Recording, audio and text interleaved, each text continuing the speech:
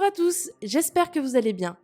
On se retrouve aujourd'hui pour une nouvelle vidéo sur Nabil qui vient de faire des révélations choc sur Jazz et Laurent.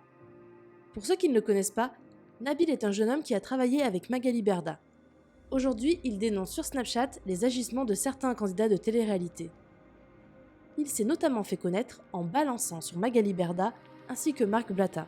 Et hier soir, il a fait d'incroyables révélations sur le mariage de Jazz et Laurent. Nabil raconte tout ce qui s'est passé lors de cet événement. Il balance sur le comportement de Jazz et pourquoi elle s'est battue avec sa sœur Eva le jour de son mariage. Restez bien jusqu'à la fin de la vidéo et n'hésitez pas à réagir en commentaire. Dites-nous ce que vous pensez de toute cette histoire.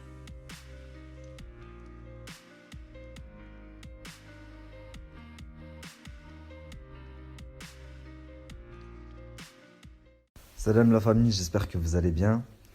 Du coup, je vous expliquais il y a quelques temps que un influenceur, il y avait énormément d'influenceurs sur le territoire français, mais que ce n'étaient pas tous ceux qui arrivaient à fidéliser leur clientèle et à en faire des acheteurs. Jazz en fait partie, je vous ai cité d'autres noms la dernière fois, il y a quelques influenceurs qui sont très rentables, dont Jazz. Pour pouvoir fidéliser sa clientèle et ses abonnés et pouvoir en faire des acheteurs, il faut leur donner envie. Il faut leur donner envie, leur vendre du rêve, leur donner envie de nous ressembler, tout simplement. Donc, je vais vous parler de leur business déclaré et leur business pas déclaré, parce qu'ils ont pas mal d'entreprises, de petites entreprises aussi, que personne ne sait que c'est leur nom. Pourquoi? Parce que c'est des entreprises de dropshipping ou autres. Mais avant d'arriver à Billionnaire Prono, à Coach Bilio, etc., de vous expliquer en détail comment ça fonctionne et d'où vient l'escroquerie, je dois vous expliquer les personnes qu'ils sont. Pourquoi? Parce que quand je vais vous expliquer comment ils gagnent leur argent, il y a énormément de jeunes qui les suivent, qui vont pas comprendre et qui vont s'attaquer à moi en me disant oui, t'es un jaloux, tu fais ça pour le buzz. Donc avant d'en arriver là, je vais vous montrer les personnes qu'ils sont. Donc je vous ai dit que tout part du buzz. Pour eux, le buzz, il a commencé à partir de leur cambriolage, le déménagement à Dubaï, puis le mariage. Le mariage, ça a été un tournant pour eux. Donc étant donné que le mariage a été un tournant pour eux, je vais vous raconter en détail les coulisses du mariage. Et croyez-moi, après cette story, vous ne verrez plus du tout Jazz de la même façon que vous la voyez. Donc vous allez pouvoir constater par vous-même que Jazz est une manipulatrice vicieuse qui se sert des gens et surtout qui est très très très mauvaise, contrairement à ce qu'elle essaye de montrer à l'image. Donc déjà, vous devez savoir que l'associé de Laurent, de Billionnaire Prono, donc celui qui a monté Billionnaire Prono avec Laurent, c'est un mec qui s'appelle Nordin. Nordin, qui était, je ne sais pas s'il l'est toujours, mais il était recherché en France au moment du mariage parce qu'il ne paye pas le fisc, il ne paye pas ses impôts, il ne paye pas ses charges et il leur doit pas mal d'argent. Donc, et ce mec-là était là le jour du mariage. Donc, toutes les personnes présentes ont reçu un mail où on leur a expliqué que voici, enfin avec une photo, voici la photo de Noël. Bien sûr, ce n'était pas Noël, c'était Nordin. Il vous est strictement interdit de le prendre en photo ou en vidéo ou de le mettre sur les réseaux sociaux. Faites tourner à tous vos accompagnants. Enfin, vraiment, toutes les personnes du mariage étaient au courant de ça. Ils avaient interdiction de prendre ce Nordin en photo. Donc, je vais vous mettre le mail ainsi que la photo. Et ensuite, je vous explique les coulisses en détail du mariage. Vous n'êtes pas prêts.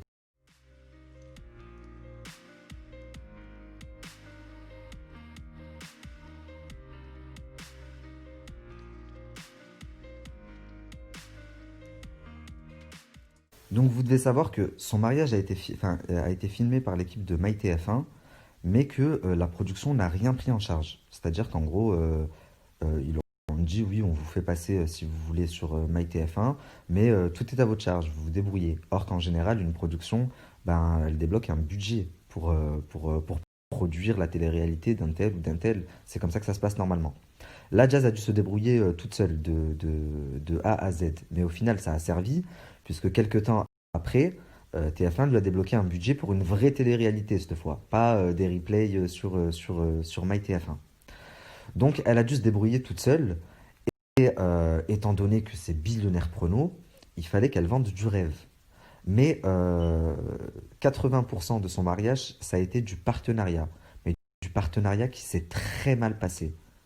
J'ai donc enquêté sur ce mariage, j'ai contacté la quasi-totalité des prestataires et ils m'ont fait des révélations.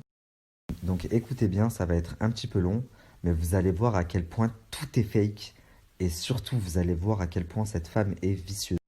Donc j'ai eu au téléphone la dame qui s'est occupée de sa robe de mariée, le fleuriste, le photographe, le propriétaire des lieux qui a également fait le menu pour le mariage.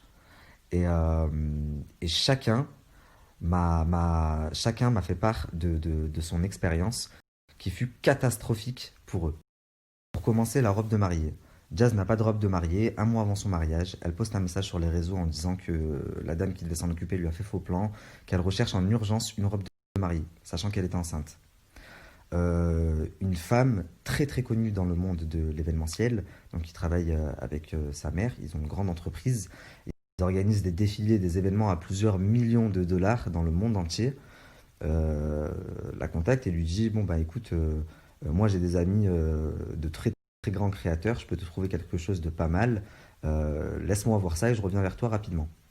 Donc elle contacte quelques amis créateurs. Le lendemain, elle fait parvenir à Jazz plusieurs catalogues de créateurs du monde entier, du Liban, de Dubaï, de Londres, enfin bref. Donc elle choisit sa robe et, euh, et donc la personne en question lui dit bon bah pas de souci, je m'occupe de te la faire envoyer. Il faut savoir que tout ça a été fait gratuitement. La personne en question lui ramène sa robe pour le mariage. Donc la dame en question là, qui travaille dans l'événementiel, elle reçoit la robe de son ami créateur du Liban, une robe qui vaut plus de 40 000 euros. Le jour du mariage, elle lui ramène puisqu'elle était invitée et Jazz lui faut un diadème avec. Donc en plus, la dame super gentille, elle va jusqu'à Marseille lui acheter un diadème de 100-300 euros. Elle lui ramène, elle ne demande rien en retour. Voilà, le lendemain, la dame récupère la robe et elle la trouve, enfin, elle arrive sur les lieux où ont dormi Jazz et Laurent. Elle trouve la robe à 40 000 euros balancée par terre, mais surtout elle la voit déchirée. Une robe à 40 000 euros. Sachant qu'elle s'était portée garante pour Jazz, parce que le créateur libanais ne connaissait absolument pas Jazz, il s'en foutait de Jazz, il a plus fait pour rendre service à son ami.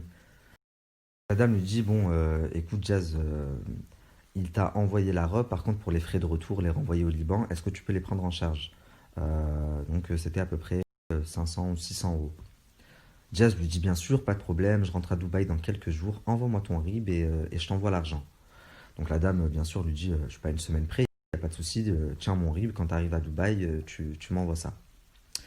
Donc quelques temps après, Jazz a de nouveau besoin de la fille parce qu'elle voulait partir aux Maldives avec son mari. D'ailleurs, elle y est allée, c'est là où il y a eu le bad buzz avec la fausse agence de voyage.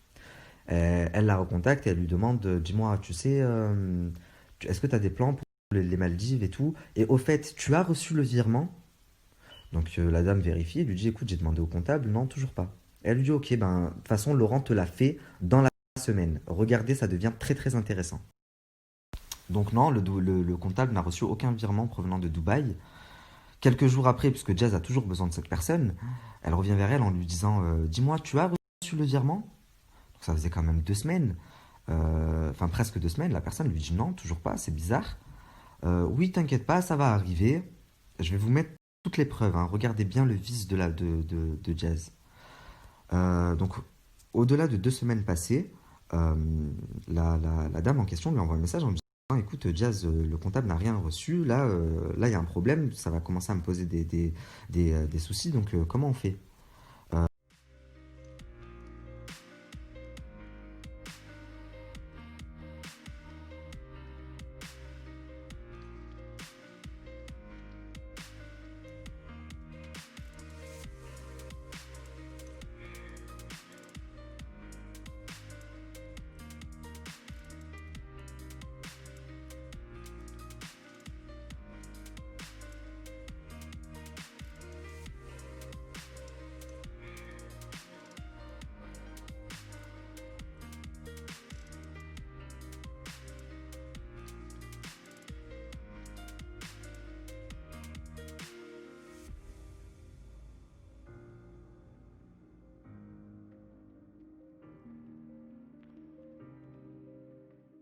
Donc toujours une excuse pour le virement, jusqu'à ce que la mère de la dame en question, parce qu'elle travaille avec sa mère la grande patronne, bah, décide de contacter la mère de Jazz, Sandra. Donc elle contacte Sandra et elle lui explique que c'est pas sérieux, que eux ça va leur faire des problèmes avec leur contact, sachant qu'ils travaillent avec eux à l'année sur des événements, que c'est pas ce qui était convenu, que ça ne se fait pas. Et là, ben, Sandra craque et dit que, ben, en fait, elle en a marre de Jazz, qu'elle sait pas quand est-ce qu'elle va comprendre, que maintenant elle a des enfants et qu'elle a des problèmes tout le temps avec tout le monde, que tout le monde l'appelle pour lui parler de Jazz.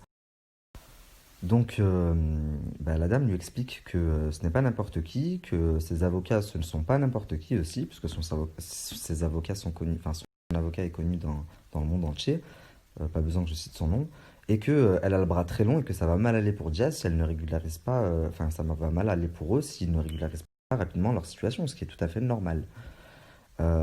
Et suite à ça, donc Jazz recontacte la jeune fille et ben, l'insulte de tous les noms, lui dit mais comment ça a jamais été prévu que je te paye, il n'a jamais été question de virement, donc je vous ai quand même mis les captures, hein.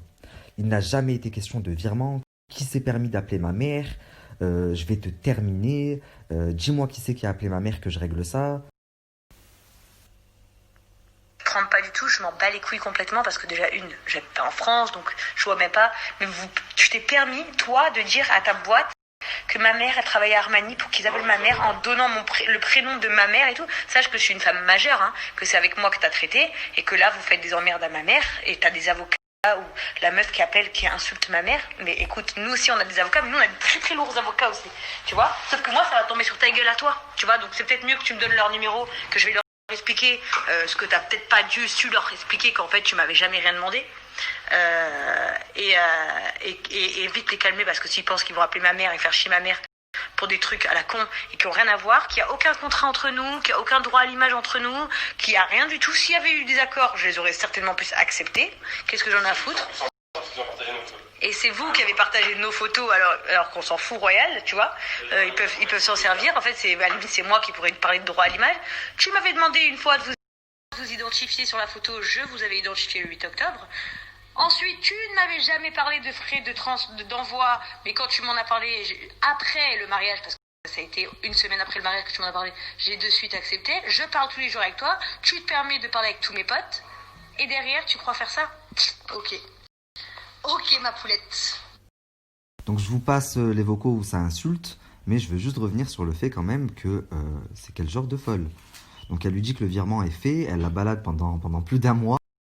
Et quand bah, la grande patronne de l'agence contacte la mère de Jazz pour dire que voilà, elle pète les plombs en disant que ce n'était pas prévu, qu'elle avait accepté de le faire, qu'elle n'a pas à faire ça, mais enfin c'est normal, vous vous rendez pas compte. Vous mettez en tort une grande entreprise qui travaille avec un créateur très connu dans le monde entier, et là ça fait 2 mois qu'il attend sa robe, en plus de ça la robe elle est déchirée, faut se mettre à la place des gens aussi. Et en plus tu la balades en lui disant que tu lui as fait le virement pour qu'elle puisse renvoyer la robe, et alors que tu ne l'as jamais fait. Mais vous allez comprendre pourquoi je vous affirme qu'elle ne l'a jamais fait. Donc suite à ça, Laurent envoie un message à la jeune fille, donc après Jazz, parce que Laurent est quand même plus posé, et il lui envoie un message en lui disant tu es dans la merde, je vais te mettre mes avocats sur le dos, parce que tu as posté une photo sur ton Instagram de notre mariage.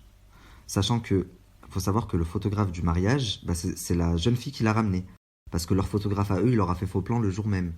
Donc ils se sont retrouvés sans photographe, et la jeune fille a fait jouer son carnet d'adresse et elle leur a ramené un photographe très reconnu sur la Côte d'Azur. C'est un photographe du tapis rouge. C'est également un photographe du Carlton, un très très grand hôtel. Donc c'est celui qui photographie les chirs, les princes du Qatar et tout quand ils viennent au Carlton. Et pareil, il ne connaît absolument pas Jazz. Je vais vous mettre son témoignage après, vous allez être choqués aussi. Donc elle lui fait venir ce photographe et là Laurent la contacte en lui disant voilà t'as mis une photo sur Instagram, tu n'as pas eu d'accord signé, donc je vais t'attaquer en justice. Je résume, franchement là j'ai collé quand j'ai appris ça. La meuf, elle te trouve une robe d'un grand créateur qui coûte plus de 40 000 euros, elle te la fait venir gratuitement. Elle va jusqu'à Marseille pour t'acheter ton jet, elle ne te demande pas 1 euro en retour. Elle te trouve un photographe parce que ton photographe t'a fait un faux plan, un très bon photographe et qui vient gratuitement, sachant qu'il ne voulait pas, il savait même pas c'était qui Jazz.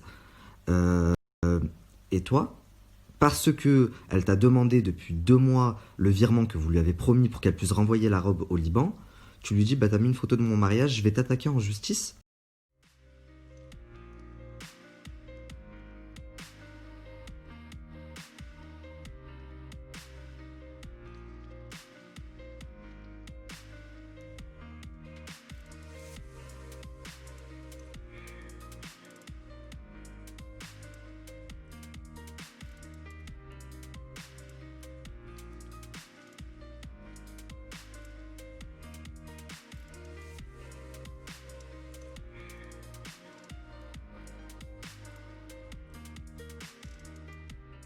Donc elle lui répond que de 1, Jazz lui a donné l'autorisation de publier la photo, que de 2, ça fait plusieurs semaines qu'elle est en attente et que Jazz lui affirme que Laurent a fait le virement.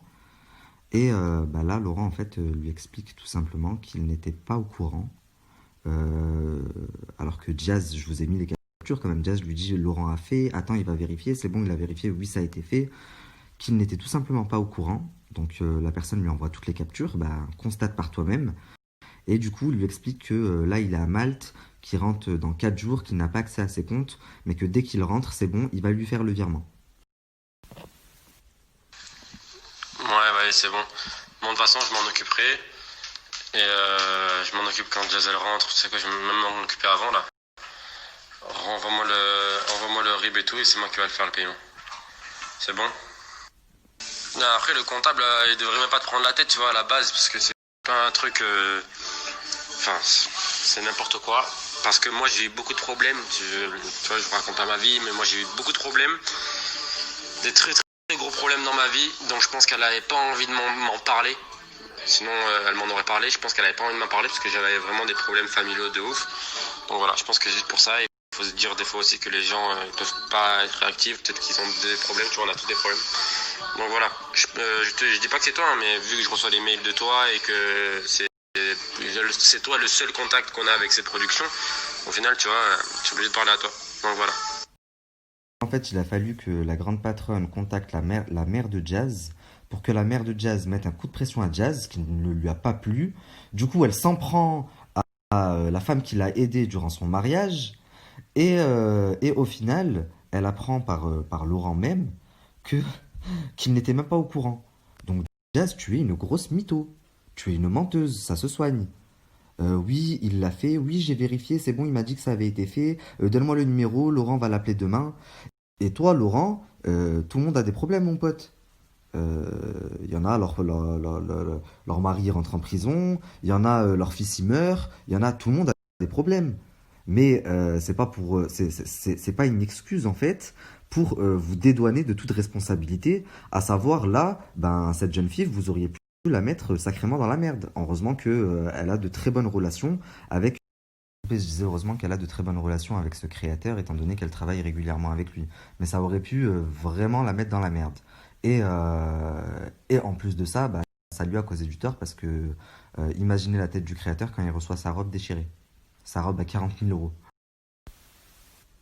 Ça marche. Ouais, la mère déjà, ça va me le transférer alors.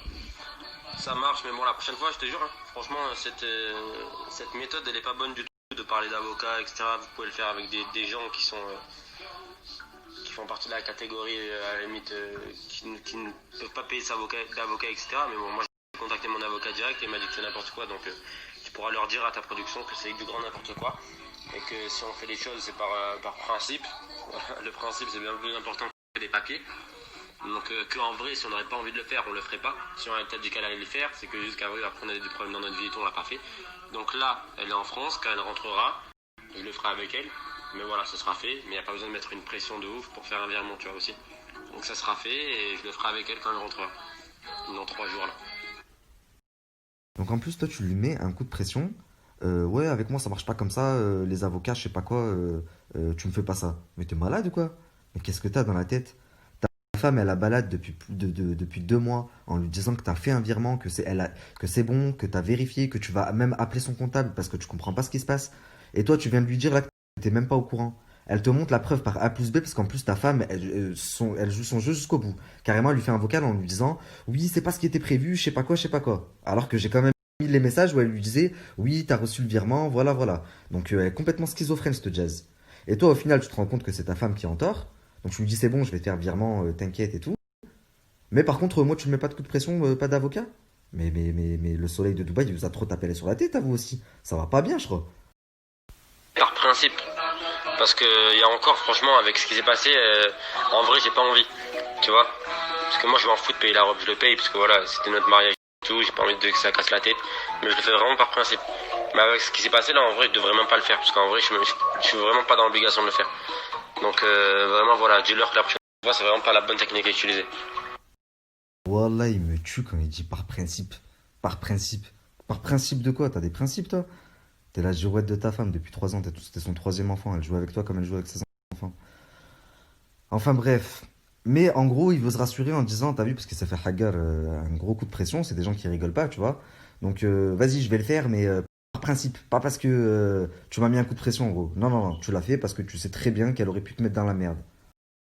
J'ai eu un des créateurs, parce qu'ils sont beaucoup dans l'équipe du Liban. Ils sont juste dégoûtés de la télé-réalité française. C'est mort, ça a été une expérience pour eux et ils ne réitéreront pas.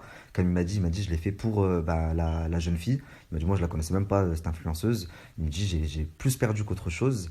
Et au final, il a une très très mauvaise image de la télé-réalité française. Il ne veut plus rien avoir à faire avec Jazz.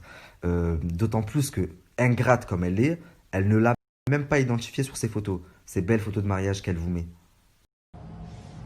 حلوة قال بس بدي افسر لك شغله انه هيدي الدريس هن تو بيسز اوكي سو عندي هيدي البيس نحن هون عم تقولوا لي انه حامل اوكي سو وقت تكون براجننت وانا بدي علي الفستان سو بدي اعرف بدي اعليه من هون ولا بدي تسكره على الخصر كرمال لاعرف قد ايه وسع هيدي التنوره اوكي لانه عندي هون مشكله انا بالبطن اوكي سو اذا بدها تحطه هون بده يبين حبلها اوكي ببين غلط الفستان واذا بدي وطي السكيرت لهون بخاف يبين بطنها سو بدها تقلي هي شو بدها كرمال اقدر انا اشتغل عليه.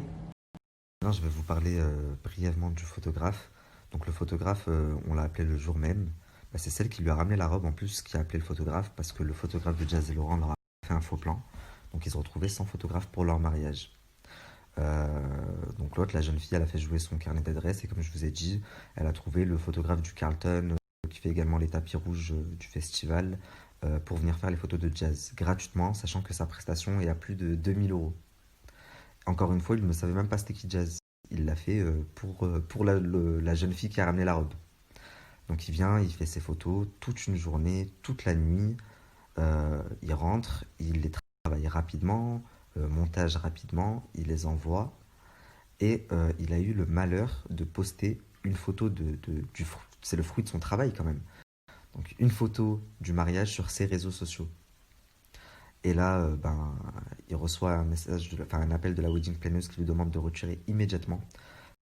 Elle lui dit qu'il n'a pas eu l'autorisation de Jazz et Laurent pour publier, l'autorisation écrite bien sûr, pour publier des photos de leur mariage.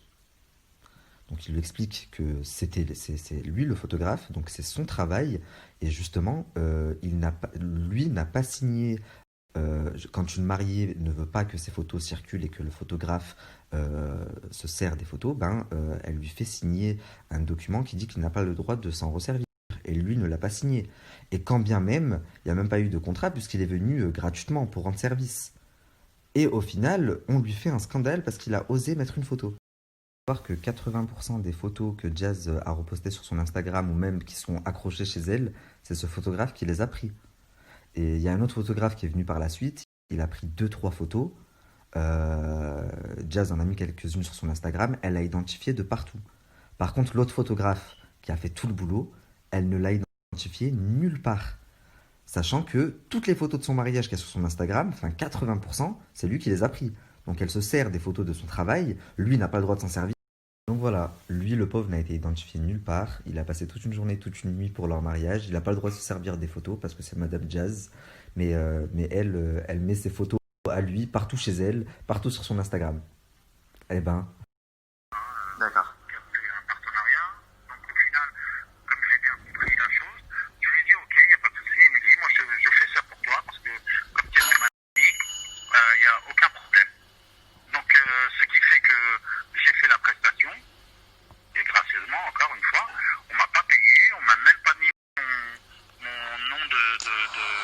En fait, c'est là le problème, c'est que moi... Normalement, ça devait être fait, puisque c'est eux qui se sont proposés, c'est même pas moi qui leur ai proposé.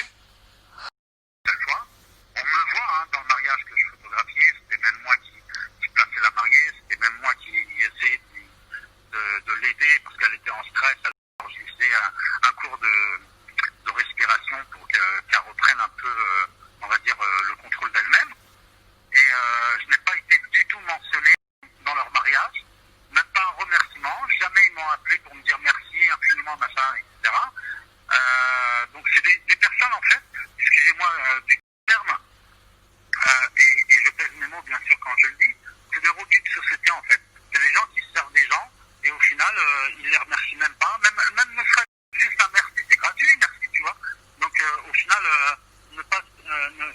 quand on rend service à une personne, généralement on est heureux et on remercie la personne et on est content de ça. Et voilà, et elle me dit, il l'a fait pour moi, et au final, elle m'a foutu la honte parce qu'elle s'est comportée avec lui de façon exécrable. Au final, non seulement elle ne vous a pas cité sur aucune photo, mais elle vous interdit à vous de vous servir des photos, c'est bien ça? J'ai publié une seule photo qui me plaisait vraiment, parce que je devais publier pas mal de photos. D'accord. Et j'ai publié ce soir-là une seule photo que j'aimais beaucoup. Et au final, j'ai reçu un texto de la part de celle qui est le wedding planner en me demandant de retirer la photo parce que Jazz ne voulait pas et qu'elle pétait un plomb parce que j'ai publié une photo. Je lui ai dit à la wedding planner et je lui ai envoyé un bon long texto en lui prétendant que à partir du moment où il n'y a aucune prestation de payer et qu'en plus d'une autre part, je me suis déplacé gratuitement, j'ai fait les choses gratuitement. À partir de là, mes photos sont considérées comme mes propres photos, donc je suis toujours propriétaire, quoi qu'il arrive, même jusqu'à la fin de mes jours, c'est mes photos, donc je suis propriétaire des photos. Et même si toutefois le client achète les photos et qu'il n'y a pas eu de contrat signé en disant ne pas les publier. Exactement, ça te donne le droit, toi, de les poster. Ne rien faire avec les photos, c'est toujours quand même mes photos. Non, très brièvement, parce que il est 2 heures passées du matin, je suis fatigué, j'ai envie d'aller dormir. Je vais vous parler du propriétaire du lieu, le lieu où s'est passé le mariage. De base, c'est pas là-bas que ça devait se passer, donc ça devait se passer dans un endroit de merde. Et au final, donc la wedding planner a dit que c'était pas possible, étant donné qu'elle allait avoir les caméras de MyTF1, enfin que ça le faisait pas quoi. Donc ils ont trouvé ce lieu, et au final, ça allait être la seule chose qu'ils allaient avoir à payer. Donc ils ont trouvé le lieu, c'est également le lieu qui s'est chargé de faire les menus pour toutes les personnes, donc plus de 80 personnes, donc on va dire 100 personnes. Le lendemain, parce qu'ils ont dormi là-bas, Jazz et Laurent, on leur a amené la note, à savoir à peu près 20 000 euros, et ils n'ont pas voulu. Jazz a pété les plombs, elle n'a pas voulu payer, elle a dit mais comment ça 20 000 euros, c'est énorme, ça va pas bien. Vraiment, ça a fait un gros scandale, enfin un gros carnage là-bas. Et au final, il a été. Donc au final, il a été payé, il a eu son dû, mais en plus d'avoir son dû, il a mangé des insultes et des réflexions. Enfin bref, la totale. Donc les gens ils se plient en quatre pour vous, et en plus d'être ingrats, vous manquez de respect, vous êtes des personnes fausses, vous montrez une personnalité à l'écran qui n'est vraiment pas la vôtre. Tout est du fake. Le but, comme je vous l'ai dit, c'est de vous vendre du rêve. D'ailleurs, quand je vous dis que tout est fake, Jazz qui dit que sa petite sœur Eva, c'est comme sa fille, qu'elles ont une relation, elles se sont battues le jour du mariage à la fin. Donc Jazz, d'ailleurs, à la fin de l'émission, on la voit gagner sa chambre avec Laurent. Il se trouve que Eva s'était changée là-bas avec toutes ses copines et qu'elles avaient foutu le bordel. La chambre devait être filmée à la fin. Donc Jazz a pété les plombs, elle a commencé à insulter sa sœur. Sa sœur lui a renvoyé l'appareil et elles se sont battues. Heureusement que les invités étaient déjà partis et qu'il ne restait que quelques prestataires.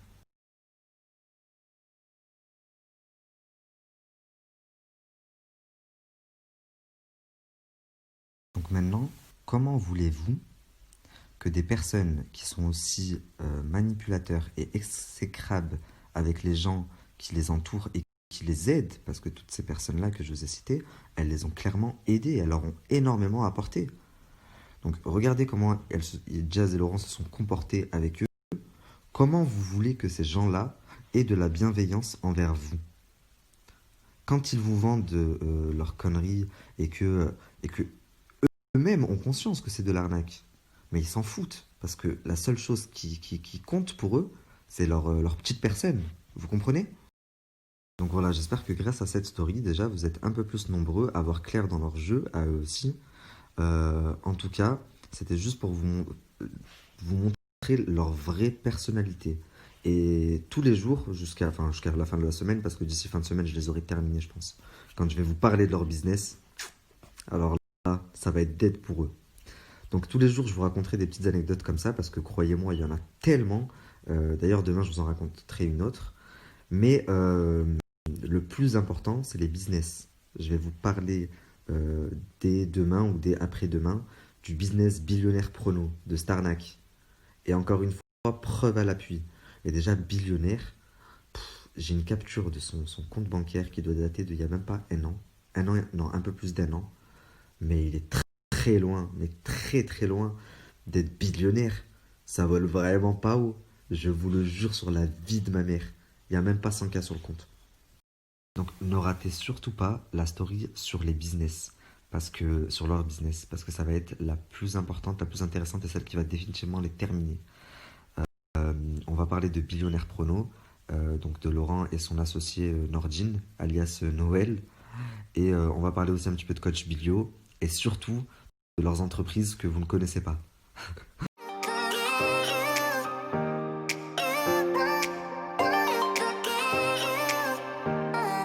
You